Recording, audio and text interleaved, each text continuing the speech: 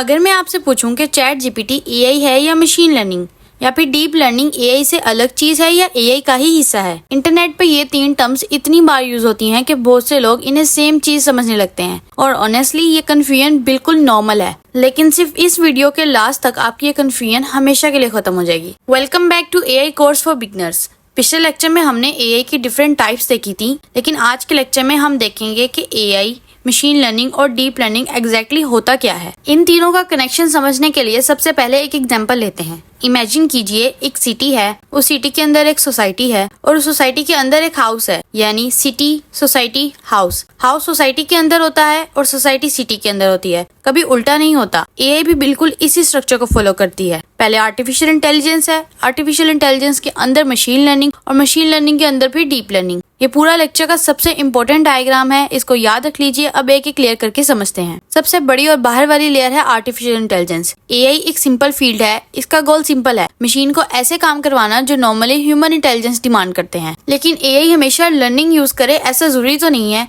कुछ AI system सिर्फ pre defined rules follow करते हैं। फॉर एग्जांपल, अगर एक सिस्टम में लिखो कि टेम्परेचर 40 से ऊपर हो तो एसी ऑन कर दो, ये भी एआई हो सकता है, लेकिन इसने कुछ सीखा नहीं है, सिर्फ एक रूल फॉलो किया है। यहाँ से मशीन लर्निंग की जरूरत शुरू होती है। अब इमेजिन करो कि हर रूल मैनुअली लिखना इम्पॉसिबल हो जाए। फॉर एग्जाम्पल, स्पैम ईमेल्स, हर दिन नए स्पैम मैसेजेस आते हैं, क्या हम हर स्पैम मैसेज को रूल लिखेंगे? नहीं, इसलिए मशीन लर्निंग यूज होती है। मशीन लर्निंग एआई का ही एक सबसेट है जहां मशीन को हर रूल बताया नहीं जाता, बल्कि वो डेटा देखकर ऑब्जर्व करके रूल सीख लेती है। यानी जहां प्रोग्रामिंग का ट्रेडिशनल आइडिया था कि मशीन को रूल्स और डेटा दोगे तो वो आंसर करेगी, वहीं मशीन लर्निंग का आइडिया है कि मशीन को डेटा और आंसर दो तो वो खुद ही रूल समझ लेगी। इसी वजह से मशीन लर्निंग को लर्निंग कहा जाता है और इसी वजह से ये एआई का इतना पावरफुल पार्ट बन चुकी है। अब बात करते हैं डीप लर्निंग की।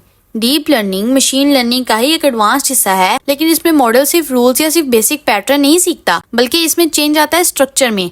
आर्टिफिशियल न्यूरल नेटवर्क्स यूज होते हैं, यानी एक ऐसा स्ट्रक्चर जो इंसान के दिमाग से इंस्पायर किया गया है। इसीलिए हम डीप लर्निंग को ऐसे भी कह सकते हैं कि ब्रेन से इंस्पायर्ड न्यूरल नेटवर्क स्ट्रक्चर के थ्रू मशीन का ऑटोमेटिकली कम्प्लेक्स पैटर्न सीखने के प्रोसेस को डीप लर्निंग कहते हैं। जैसे हमारा दिमाग मिलियंस ऑफ न्यूरॉन्स की मदद से इमेजेस, आवाज और चेहरा पहचानता है, वैसे ही डीप लर्निंग में भी बहुत सारे इंटरकनेक्टेड आर्टिफिशियल न्यूरॉन्स मिलकर डेटा को प्रोसेस करते हैं।